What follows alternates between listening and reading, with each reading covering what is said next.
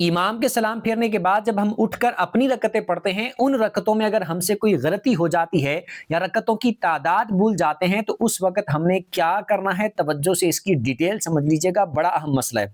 ये बात याद रखें, इमाम ने सलाम फेर दिया, आपकी जितनी रकतें रह गई थी वो उठकर आप पढ़ना स्टार्ट कर दिया आपने।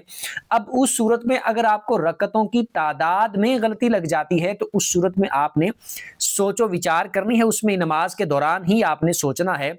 जिस तरफ आपका गालिब गुमान होगा उस बात पर आपने अमल कर लेना है। यानी कि गालिब गुमान लाजमी बात है, जब आप रकतों के बारे में सोच रहे हैं कि 2 हुई हैं, 3 हुई हैं या 4 हुई हैं, तो जिस तरफ आपका गालिब गुमान होगा उस बात पर आपने अमल कर लेना है।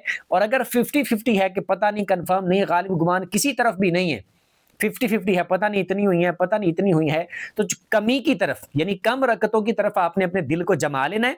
जैसे आपको शक हुआ कि 3 हुई हैं या 2 हुई हैं, या शक हुआ कि 3 हुई हैं या 4 हुई हैं, तो कम की तरफ। शक है कि 2 या 3 तो आपने 2 समझ लेनी है, शक हुआ कि 3 या 4 तो आपने 3 समझ लेनी है, और उसके मुताबिक अपनी नमाज को कंप्लीट कर लेना है। आखिर में जब अत्तहियात पे बैठेंगे तो आपने सजदा सहव कर लेना है।